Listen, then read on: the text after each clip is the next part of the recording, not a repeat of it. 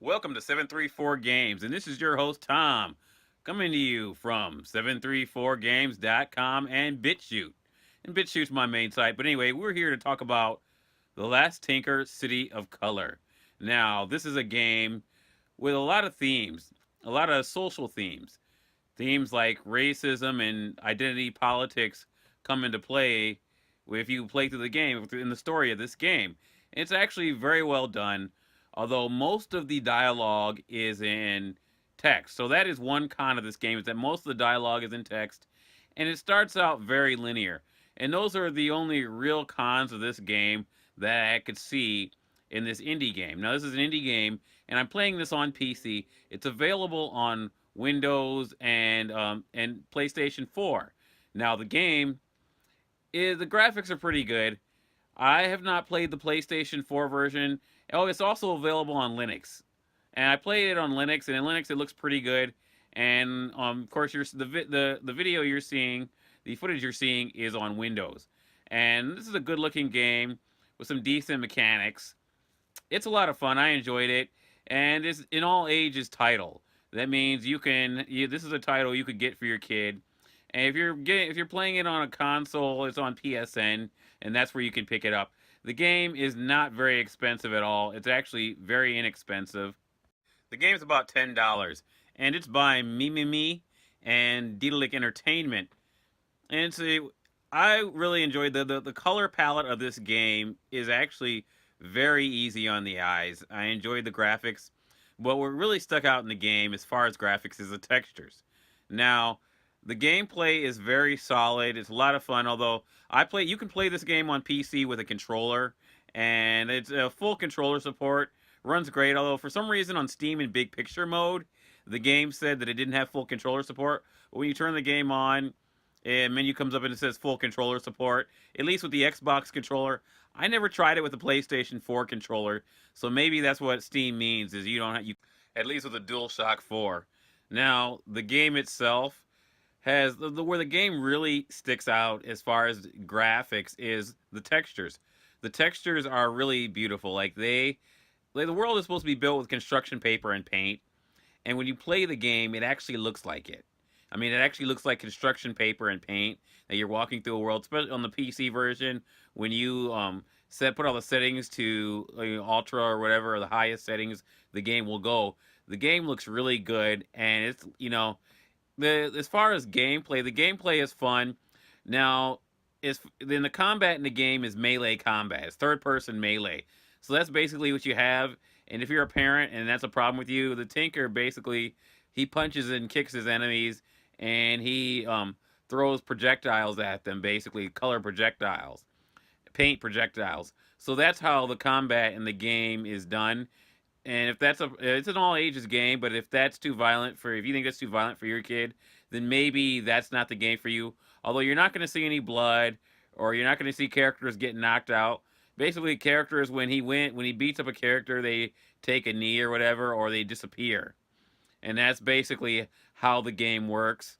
And that's all the violence in the game there is. Now, I'm going to say one of the other cons of the game is I think the final boss was just thrown in there because the developers, they probably felt that they needed to have a final boss in this game.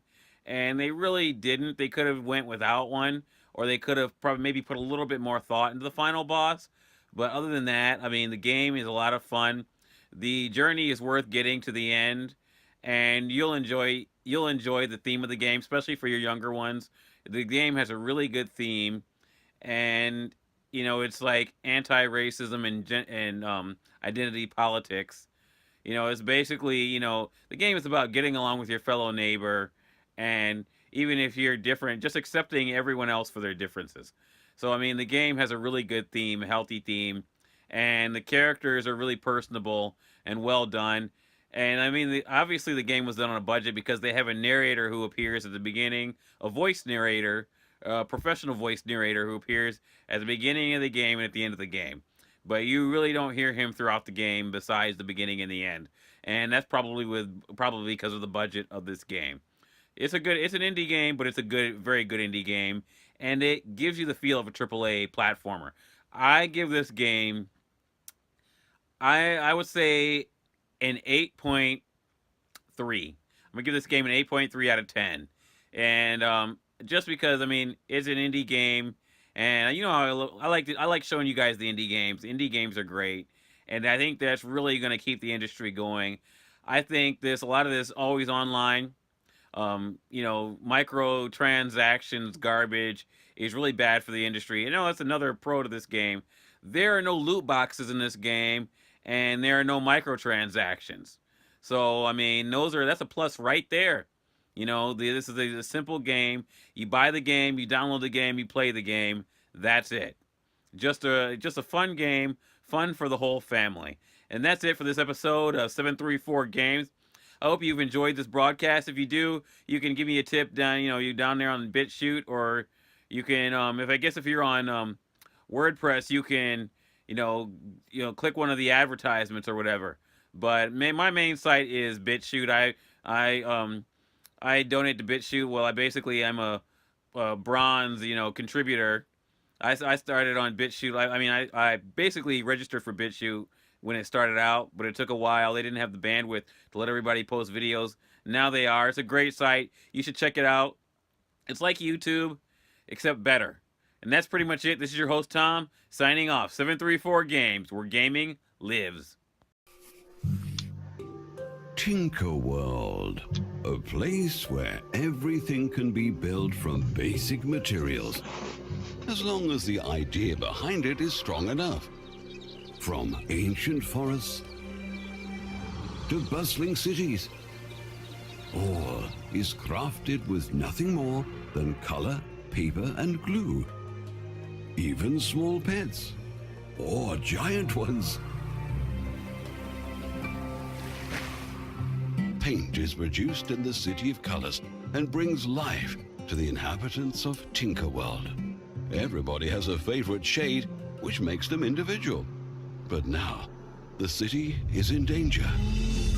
Fortitude has turned to sadness, curiosity to fear, and strength to anger.